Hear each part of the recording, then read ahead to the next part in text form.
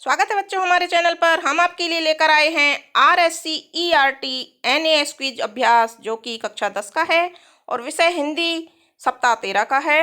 दिनांक 2 अक्टूबर 2021 का लिया गया है।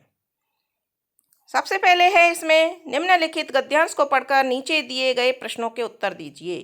गद्यांश है, मानव के जीवन में आरोग्य यानी बिना रोग के एक अति महत्व है। एक मानव का जीवन तभी सुखी मान सकते हैं जब उसे कोई रोग ना हो, वह पूरी तरह निरोगी हो। जिस मानव को कोई रोग नहीं होता है वही पुरुषार्थ कर सकता है। रोग युक्त मानव में शक्ति नहीं होती है। रोग मानव को शारीरिक और मानसिक रूप से शक्तिहीन कर देते हैं। अतः प्रत्येक मानव का मूल धर्म होता है कि वह अपने शरीर को निरोगी बनाए रखे। अतः प्रत्येक मानव को अपने शरीर को निरोगी बनाए रखने के लिए प्रतिदिन प्राणायाम और व्यायाम करना चाहिए। सबसे पहले प्रश्न नंबर 1 है, दिए गए पद्यांश के शीर्षक को चुनिए। इसमें से ऑप्शन दे रखे हैं आरोग्य का महत्व, साहित्य, पर्यावरण का महत्व, शिक्षा का उद्देश्य। तो इस पूरे पैराग्राफ में आरोग्य का महत्व दिया हुआ है, इसलिए हमारा पहला ऑप्शन इसका सही हो जाएगा।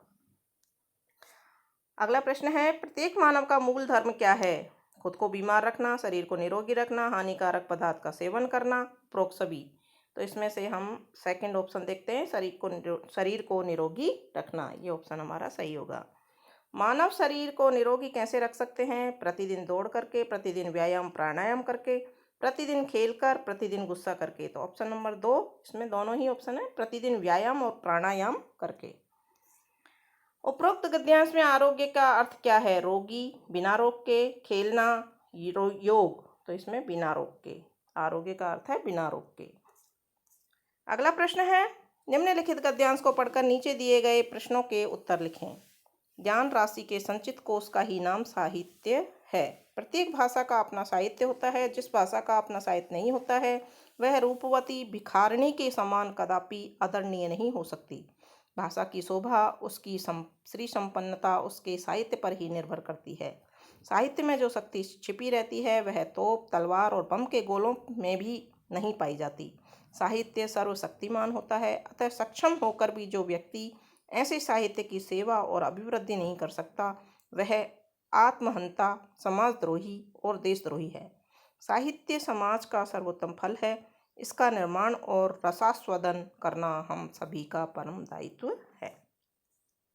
इसमें से प्रश्न है, दिए गए गद्यांश के शीर्षक को चुनिए। साहित्य, आरोग्य का महत्व, शिक्षा का उद्देश्य, पर्यावरण का महत्व। तो इसमें साहित्य ऑप्शन जो है पहला वह सही होगा।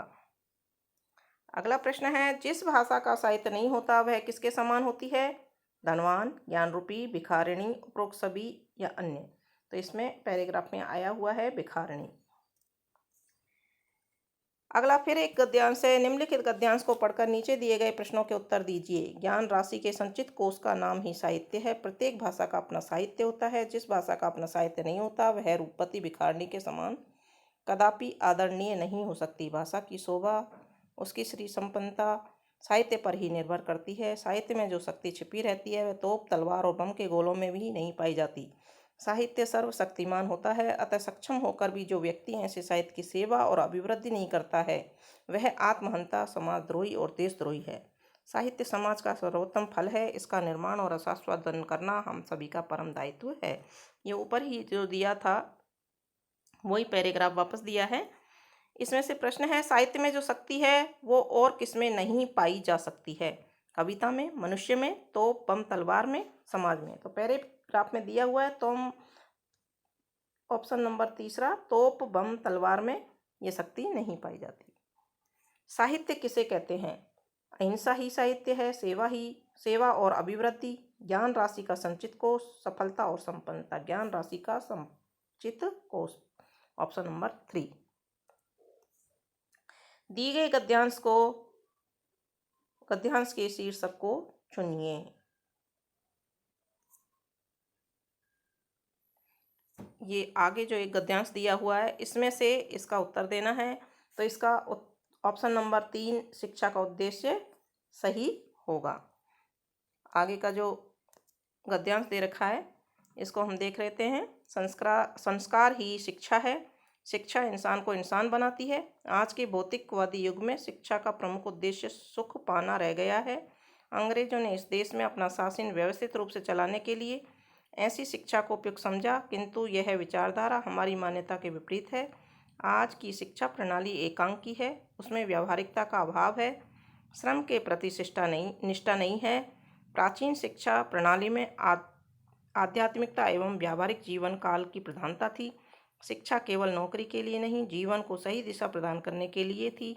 अतः आज के परिवेश में यह आवश्यक है कि इन दोषों को दूर किया जाए, अन्यथा यह दोष सुरसा के समान हमारे सामाजिक जीवन को निगल जाएगा।